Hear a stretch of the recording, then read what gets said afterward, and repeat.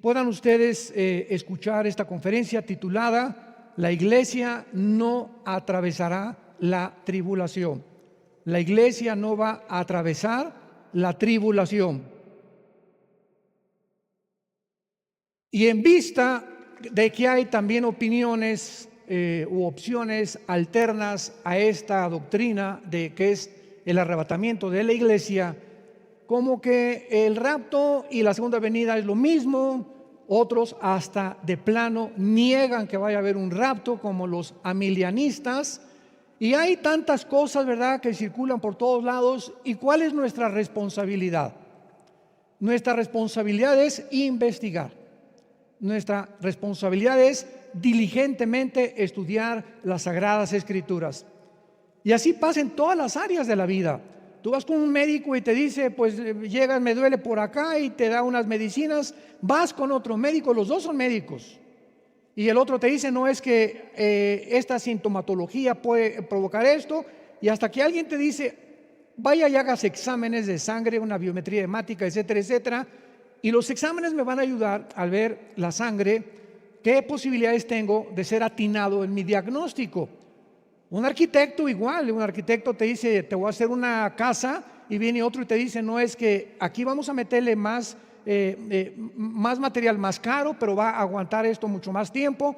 Y en todas las áreas de la vida, en todos los campos de estudio, hay diversidad de opiniones. No podía faltar la teología. Y es por eso que hay teólogos, ¿verdad?, escatólogos, que dicen, no, pues que Cristo viene después, otros antes, etcétera, etcétera.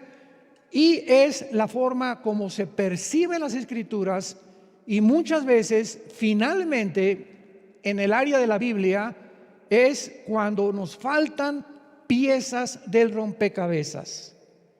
Entonces la Biblia es como un rompecabezas que Dios nos ha dejado. Con las piezas se encuentras en Isaías, en Zacarías, en Malaquías, en Daniel, en el Apocalipsis. Por todos lados las piezas están regadas. Y tenemos como cristianos, cuando somos verdaderos estudiantes y discípulos de la Biblia, de estar buscando las piezas que faltan para acomodarlas en el rompecabezas, y hasta que no las tengamos juntas, no podemos atrevernos a hacer ninguna doctrina.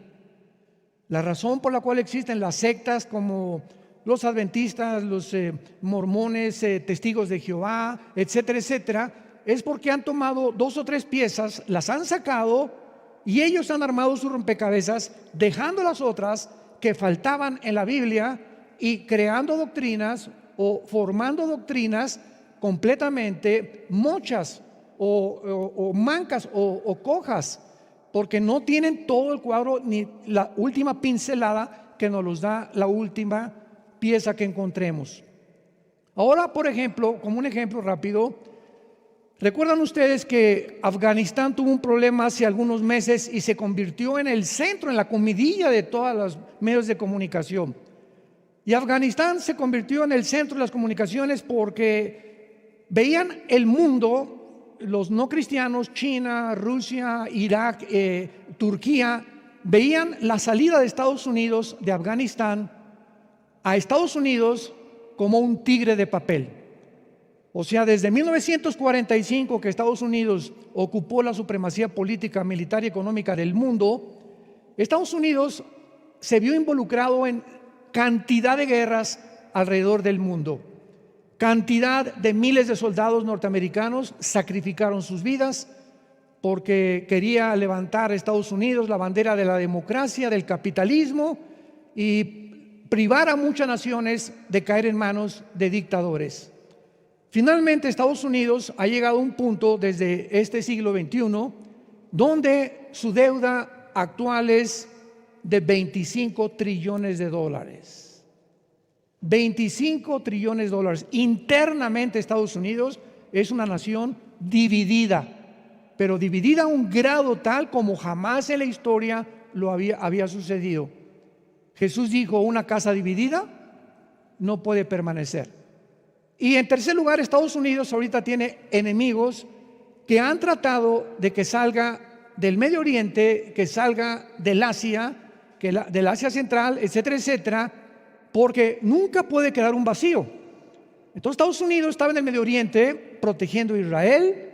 Comenzaron Bahrein, los Emiratos Árabes Unidos, a buscar ayuda para unirse a Israel por la amenaza de Irán, porque las naciones árabes junto al Golfo Pérsico vieron que Irán era una amenaza suprema y que no se podía hacer a un lado. Tenían que considerarlo como algo gravísimo. Y como Israel ha sido protegido por Estados Unidos, se unieron en el pacto que se llamó el Acuerdo de Abraham, y se unió Emiratos Árabes, se unió Bahrein, etcétera, Marruecos también, y faltaba Arabia Saudita. Entonces, ahora que Estados Unidos se sale de Afganistán, que es el Asia, el problema es el siguiente: después de que terminó la guerra con Irak, todos el grupo de Al Qaeda, recuerdan ustedes que bajo el presidente Barack Obama buscaron a Osama Bin Laden y lo localizaron en Islamabad, en Pakistán, y lo mataron. Muy bien, entonces a Al Qaeda le quitaron la cabeza y la mayor parte de los terroristas de Al Qaeda huyeron hacia Afganistán. Pero al llegar a Afganistán se encontraron con los talibán. La palabra talibán significa estudiante, porque estudian la Sharia o la ley musulmana del Islam. Entonces llegan todos estos terroristas a refugiarse ahí en Afganistán y se encuentran con los talibanes, que es un grupo terrorista también, ¿verdad? Extremo, que a las mujeres las tratan, bueno, no hay nadie que las trate peor que ellos. Y al mismo tiempo se levanta, mientras sale Al Qaeda, se levanta en el Medio Oriente otro grupo llamado ISIS, y se juntan con los rebeldes de Siria que querían cortarle la cabeza al presidente Assad de Siria, y que son los sobrevivientes o los generales que sobrevivieron a Saddam Hussein. Entonces tenemos en el Medio Oriente a ISIS, tenemos en Afganistán y Pakistán a los talibanes, tenemos a los de Al Qaeda, y vienen a Pakistán los yudis.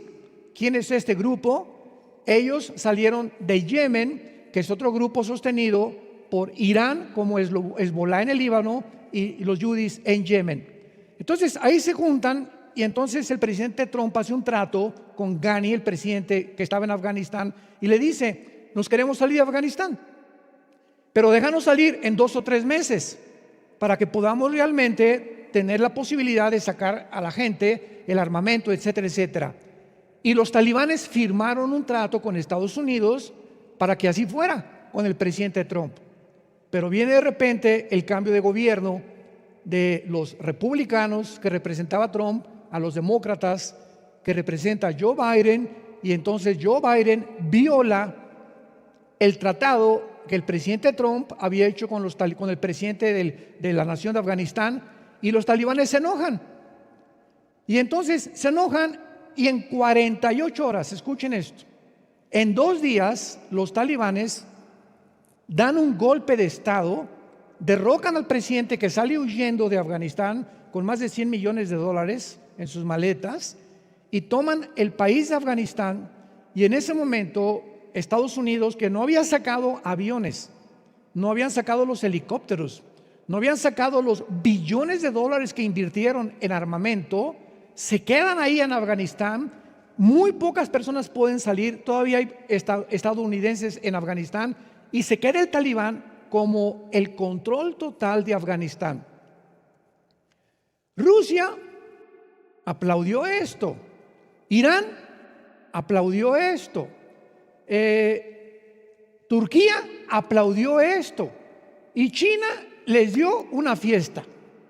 Entonces vemos nosotros a 4 naciones: China, Irán, Turquía y Rusia, que se juntan.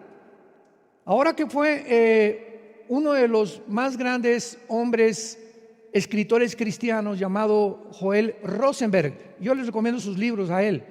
Él es un cristiano que escribe sobre profecías. Joel Rosenberg fue a Israel y habló con el secretario de la defensa de Israel en su oficina.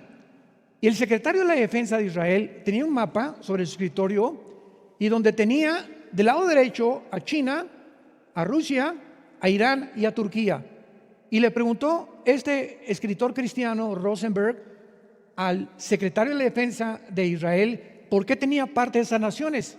Y le contestó, esto fue hace algunos meses, porque son las naciones que se consideran las más peligrosas del mundo. Tal como en el capítulo 38 de Ezequiel, hace 2700 años el profeta lo escribió, que se unirían los magogitas, que son el sur de Rusia y todas las naciones que se encuentran ahí, Uzbekistán, Turkmenistán, Pakistán, Afganistán, etcétera, etcétera, se unirían con las naciones musulmanas que serían del norte de África, como es Libia, como es Marruecos, como es Sudán, como es Etiopía, para atacar Israel. Impresionante que nosotros, santos de Dios, seamos los testigos de lo que está pasando en las profecías bíblicas de los últimos tiempos y estemos dándonos cuenta que el rompecabezas se está armando tal como la Biblia lo escribió hace cientos de siglos.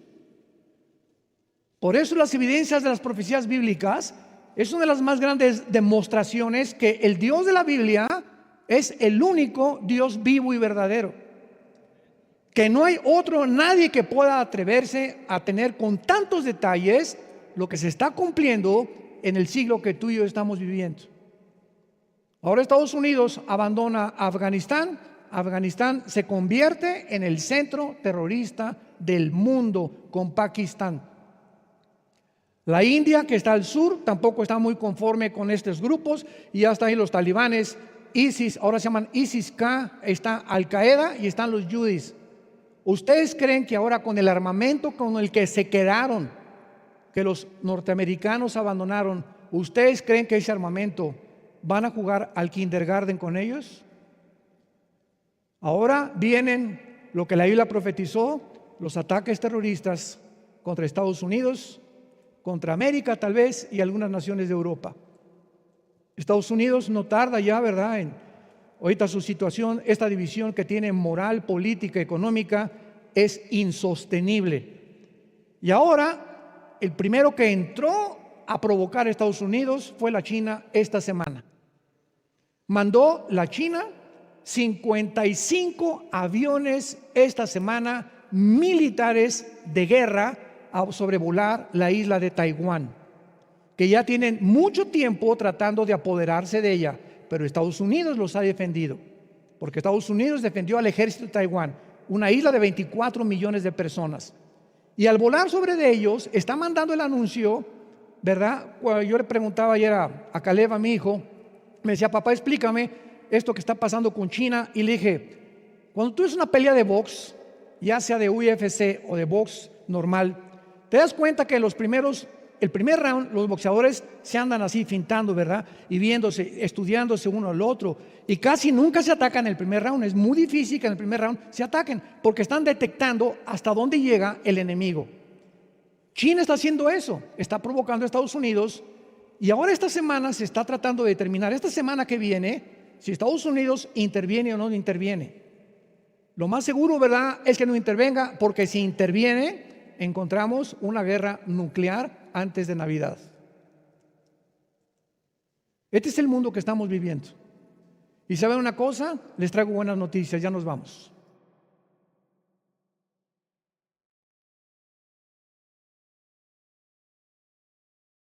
Si llegó un momento en la historia en la que si llegó un momento en la historia en la que tú tienes que hacer ya firme tu vocación y elección y estar seguro que si tú te mueres, vas a morirte en paz porque Cristo pagó por ti en una cruz, es hoy.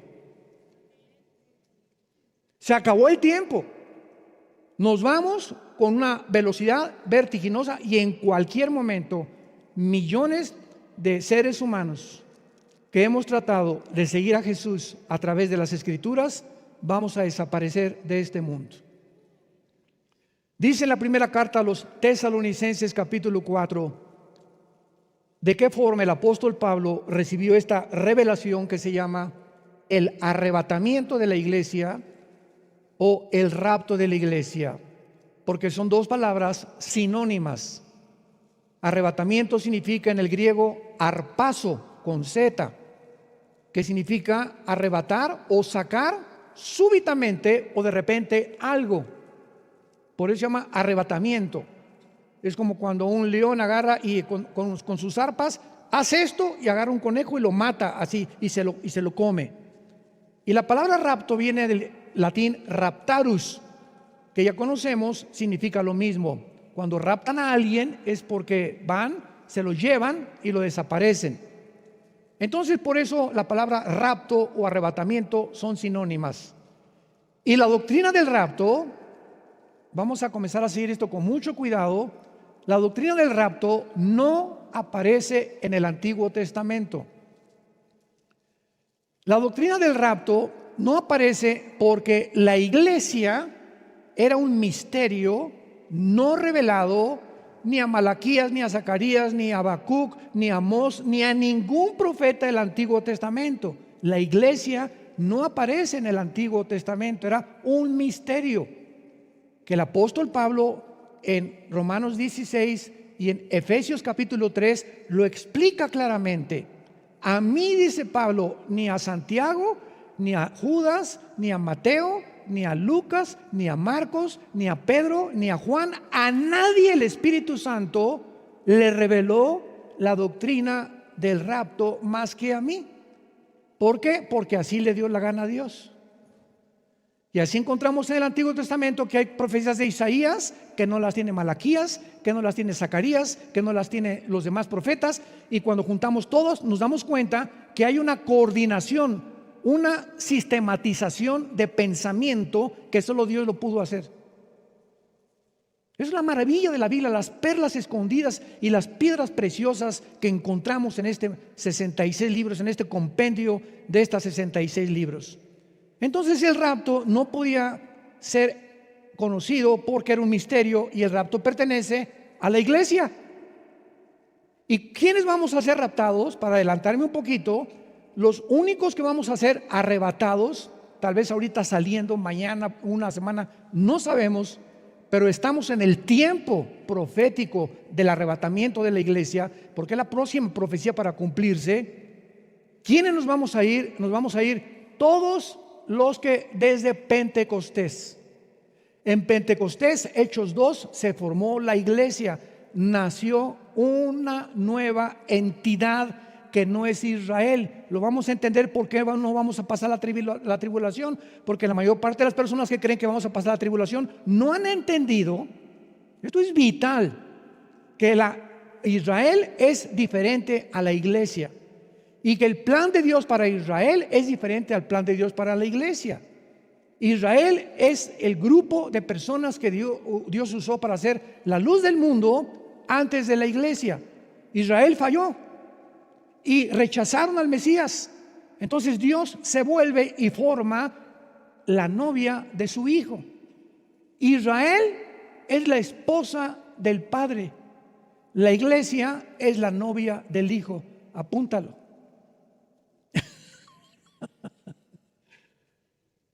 Y si no entendemos esto, ¿verdad? Dios no tiene dos esposas ni dos novias.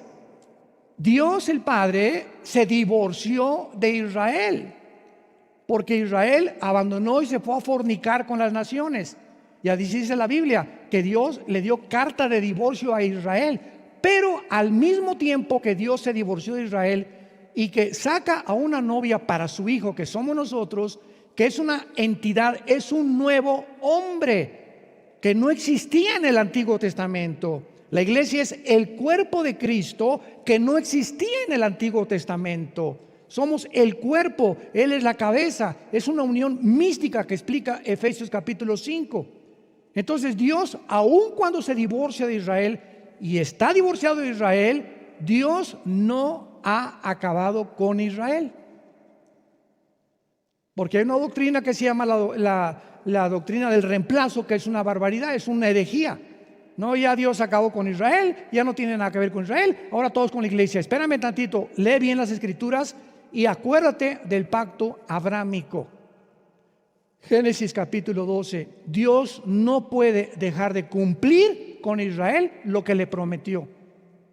Pero como se hizo a un lado y los judíos gritaron que la sangre sea sobre nuestras cabezas, crucifícale, libera a Barrabás, somos culpables, sí lo aceptamos todo, no tenemos a ningún Dios más que al César y no queremos ningún Dios más que al César. En ese momento, ¿verdad? La maldición cayó sobre Israel hasta este momento.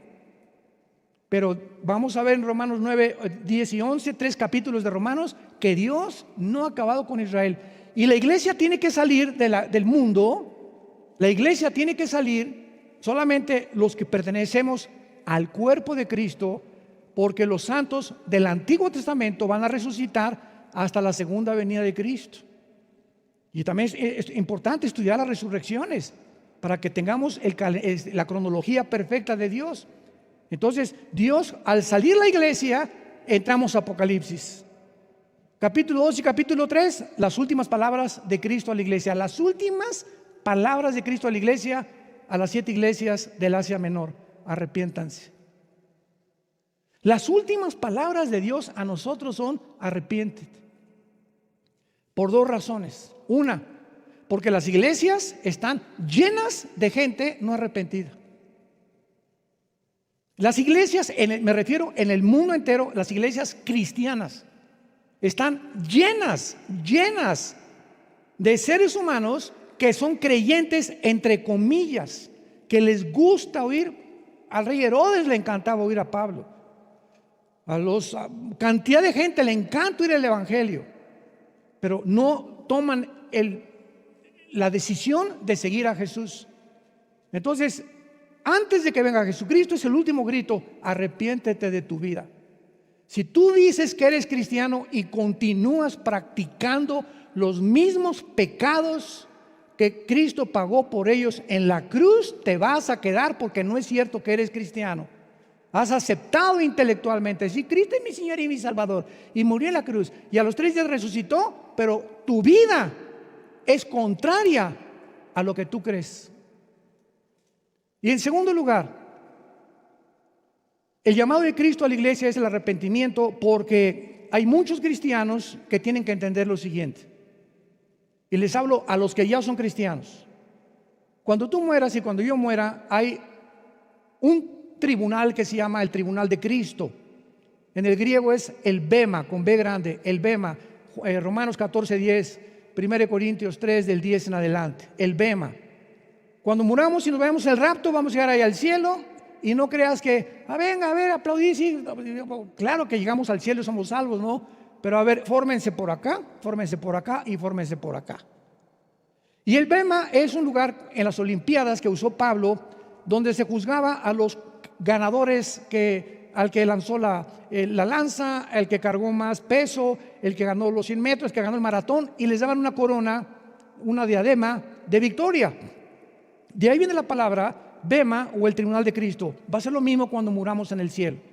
Cristo va a estar tal vez en un montículo, ¿verdad?, con su Padre en el cielo, y todos nosotros que hemos sido cristianos vamos a pasar uno por uno mientras la tribulación está aquí en el mundo, y Dios va a darnos recompensa de todo lo que hicimos mientras estábamos en el cuerpo. 2 Corintios 5:10. Todo lo que hiciste, un vaso de agua que hayas dado en el nombre de Jesús. Una persona que hayas ganado para Cristo va a ser galardonada como no te imaginas. Los ganadores de almas van a ser súper galardonados. Y todo lo que hayamos hecho va a ser recompensado. Y muchos cristianos que llegaron de panzazo al cielo, dice 1 Corintios 3, 10 en adelante, sus obras van a ser quemadas, porque construyeron sobre la paja, el heno y la hojarasca, y no sobre la plata, el oro y las piedras preciosas. Entonces, sí, va a estar en el cielo, pero vas a ser soldado raso, porque en el cielo va a haber capitanes, cabos, coroneles, generales, y va a haber cristianos que se van a sentar en tronos. Apocalipsis 20, del 1 al 3. Vi tronos y los que recibieron la facultad de sentarse en ellos, porque no todos van a gobernar en la otra vida. Por eso la Biblia dice, Gálatas 6, no te canses de hacer el bien. Al tiempo vamos a sembrar. Hebreos capítulo 6, porque Dios no es injusto para olvidar lo que tú has hecho por su obra. Yo les decía ahorita que estamos con unos pastores y otros hermanos, lo que hagamos, hagámoslo con pasión, no sirviendo al ojo ni al hombre. Hagámoslo con pasión por aquel que dio su vida por nosotros en la cruz. Tenemos que ser apasionados por la verdad. Un fuego nos tiene interiormente que consumir, que motivar, que impeler para que hagamos la obra de Dios con amor. Si te toca barrer a ti, barre con amor y con pasión, porque es para Cristo que estás haciendo. Si te tocó a ti cargar el portafolio de un pastor, hazlo con pasión. No importa, porque aquí no hay el que sea más grande o el más chico. Aquí todos somos iguales. Lo que recompensa a Dios no es nuestro trabajo, sino la fidelidad con lo que le hicimos. La fidelidad con la que barriste, la fidelidad con la que serviste, la fidelidad con la que visitaste a los enfermos, a los presos en las cárceles, la fidelidad con la que visitaste a las personas en los hospitales, la fidelidad con la que tú le diste a la obra de Dios. Todos estos pequeños obras serán recompensadas. De ahí la motivación. Un vaso de agua que tú des, Cristo te lo va a recomendar, te lo va a premiar. Y dice este pasaje de la doctrina de Tesalonicenses, capítulo 4, versículo 13, que Pablo tenía una inquietud con esta iglesia que estaba muy confundida. Pues es lógico, ¿verdad? Hace 2000 años no tenía, la Biblia no se había terminado de imprimir. Tampoco queremos, hermanos, que ignoren acerca de los que duermen. Pablo estaba preocupado porque esta iglesia, los cristianos, no sabían qué pasaba a la hora de la muerte. Y habían oído, ¿verdad?, que Cristo, etcétera, etcétera. Pero la iglesia de Tesalónica creían que se encontraban ya en la tribulación, como lo vamos a ver en la segunda carta. Creían que se encontraban ya en el día del Señor y estaban muy inquietos. Y Pablo les dice, para que no se entristezcan como los otros que no tienen esperanza. Es la primera noticia buena que Dios nos da en la Biblia. El apóstol Pablo comienza su carta, Pedro comienza su carta diciendo: bendito sea el nombre y Dios de nuestro Señor, Padre de nuestro Señor Jesucristo, quien nos ha hecho renacer para una esperanza viva. Al haber resucitado a su Hijo Jesucristo entre los muertos, para una herencia incorruptible y inmarcesible, reservada para nosotros en los cielos, que somos guardados mientras estamos aquí por el poder de Dios mediante la fe. Bienaventurados aquellos que tienen esta bendita esperanza, porque la fe es del presente, la esperanza es del futuro.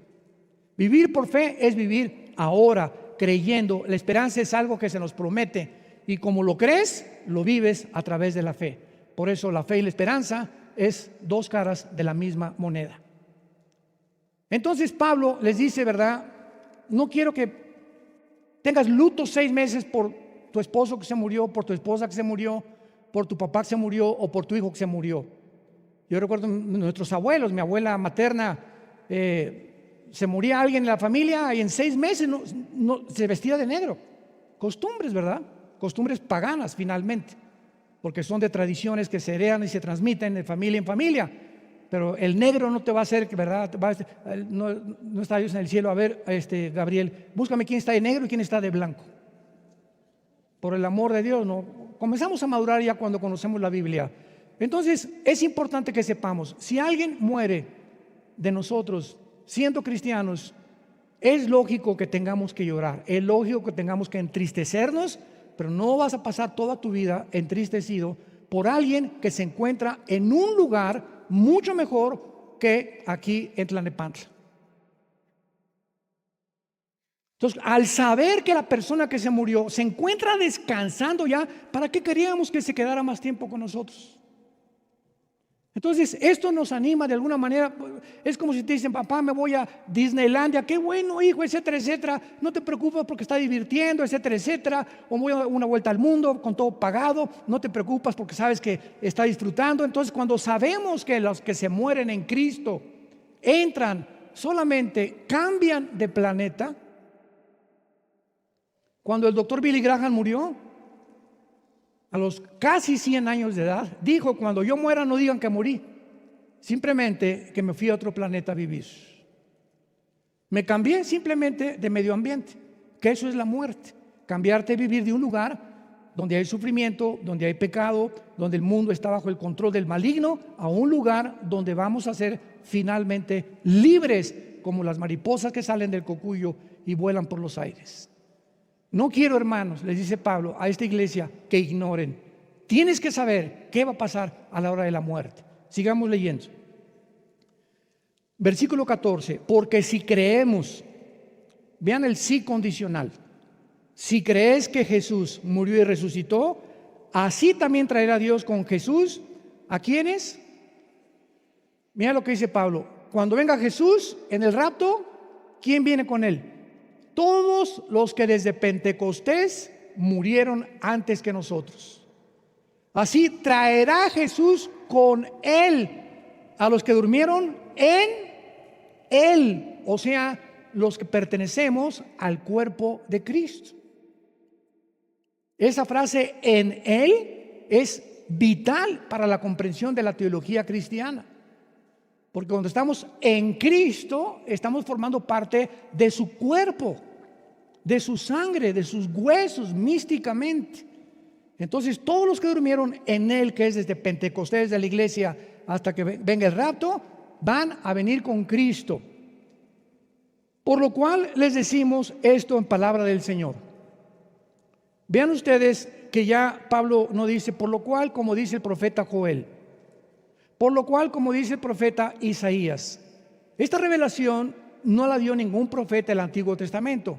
Las palabras que Pablo está usando para esta iglesia es, te estoy hablando con palabras que a nosotros el Señor nos dijo en persona, dando testimonio Pablo que era una nueva revelación, que nosotros que vivimos, que habremos quedado hasta la venida del Señor, no precederemos a los que durmieron, porque el Señor mismo, con voz de mando, con voz de arcángel, porque el arcángel Miguel vendrá con él, y con trompeta de Dios, porque se va a tocar la trompeta, descenderá del cielo, y los muertos siempre subraya eso, en Cristo, nada más los que murieron en Cristo, que somos la iglesia, resucitarán primero. Y una vez que resuciten, hagan de cuenta que viene Cristo ahorita en media hora, no lo vamos a ver todavía. Él viene en el aire con el arcángel Miguel, la trompeta, tal vez vamos a oír algún sonido, y de repente todas las tumbas se van a abrir para salir todos aquellos muertos en Cristo, y nosotros que estamos vivos, cuando Jesús venga en el aire, lo vamos a ver muy, muy rápido, en el aire, con todos los ángeles, y nosotros que vivimos, los que hayamos quedado, que yo creo que somos nosotros. Yo no sé por qué siempre he pensado que nosotros somos la generación que no va a experimentar la muerte. ¿No les emociona esto? Que tal vez seamos nosotros los que nunca vamos a sentir lo que es morir. Seremos arrebatados, o sea, de repente miles de cunas desaparecen de bebés. Cantidad de aviones chocan porque los pilotos desaparecieron, accidentes de tráfico en las carreteras porque los choferes desaparecieron, noticieros confundidos de televisión, de los medios de comunicación masiva, las redes completamente locas, las redes sociales sin saber qué opinar, los gobiernos, peor todavía. Imagínense cuando desaparezcan millones de personas, el caos que va a provocar en los gobiernos, en los medios de comunicación, en la medicina, en la política, etcétera, etcétera. El mundo va a ser afectado de una forma extrema. Luego nosotros seremos arrebatados juntamente con ellos en las nubes para recibir al Señor, y así estaremos siempre con Él. Para recibirlo en las nubes. En el arrebatamiento, Cristo no pone los pies en el monte de los olivos. En su segunda venida, 7 años después, si tú lees Zacarías capítulo 14, el 1 al 5, Cristo cuando venga va a haber conmoción en los cielos, conmoción en la luna, Mateo 24, 29 al 30 y 31, las estrellas van a caer, va a haber una conmoción cósmica impresionante, todo el mundo lo va a ver, el rapto es invisible, inminente, sin señales, sin ninguna advertencia, en cualquier momento, en cualquier segundo, dejamos este mundo. Ahí se quedan tus chanclas, tus anillos, tu pijama, ¿verdad? Etcétera, etcétera. Y el mundo entra en un caos completo, donde ya sabemos que el anticristo comienza a manifestarse. Y vean el versículo 18, dice Pablo, Por lo tanto, aliéntense los unos a los otros con estas palabras. Por el amor de Dios, santos de Dios, nosotros no estamos esperando al anticristo, estamos esperando a Jesús. ¿Cómo me voy a alentar cuando me están diciendo que va a aparecer este mono por ahí? O este personaje siniestro y maligno. ¿Cómo? Eso no me va a alentar a mí. Las cosas van a ir en peor, eso no me alienta tampoco. Lo que me alienta claramente es que nos vamos ya.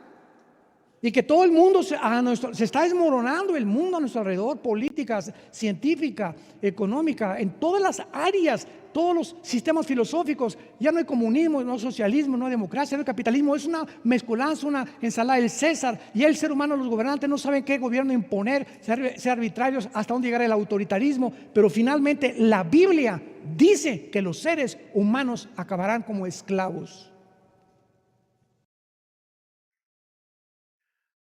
A mí me preguntaba en una entrevista que esta semana tuve en el noticiero Enlace y me decían, ¿usted cree que la vacuna es la marca del anticristo? Y les contesté, no, porque la vacuna es aquí y la marca de la bestia es aquí en la frente o en la mano derecha.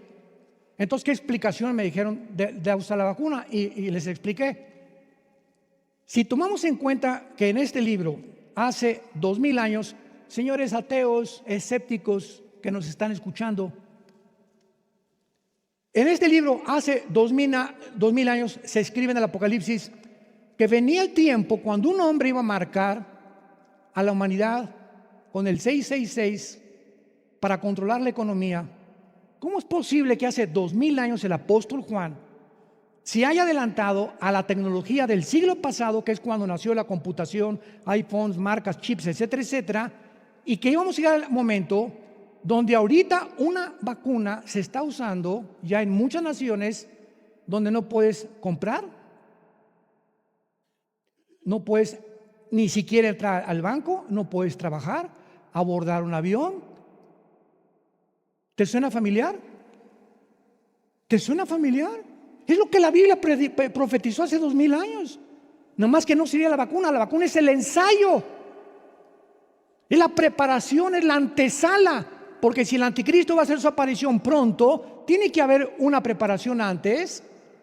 Cuando Cristo apareció, no apareció de la noche a la mañana. Juan el Bautista, 6 meses antes, le preparó el camino. Si el anticristo viene a aparecerse en el mundo, va a haber una preparación y estamos en la fase de la preparación. Alerta tus sentidos espirituales. Date cuenta de lo que estamos rodeados. Estamos en la preparación del surgimiento de esta persona. Y si es así, en cualquier momento nos vamos. Y a lo mejor ni el año que entra nos vemos. Y esta es la esperanza que tenemos de saber, para alentarnos unos a otros, hermanos, el que resiste va a sobrevivir. Tenemos que resistir hasta el final. No dejes de caer tu ánimo. No veas el mundo negro, se va a acabar y ya, con Gutierritos, ¿verdad? Ya, pues ya, nunca voy a ir a ningún lado, y ya el trabajo, etcétera, etcétera, ¿dónde va? Porque las cosas no van a mejorar, escúchame esto, las cosas van a empeorar, y Jesucristo nos dijo, en el mundo tendrán tribulación, pero confíen, yo he vencido al mundo. Quita todos tus ojos de todo lo que va a pasar, sabe que nos vamos ya en cualquier momento.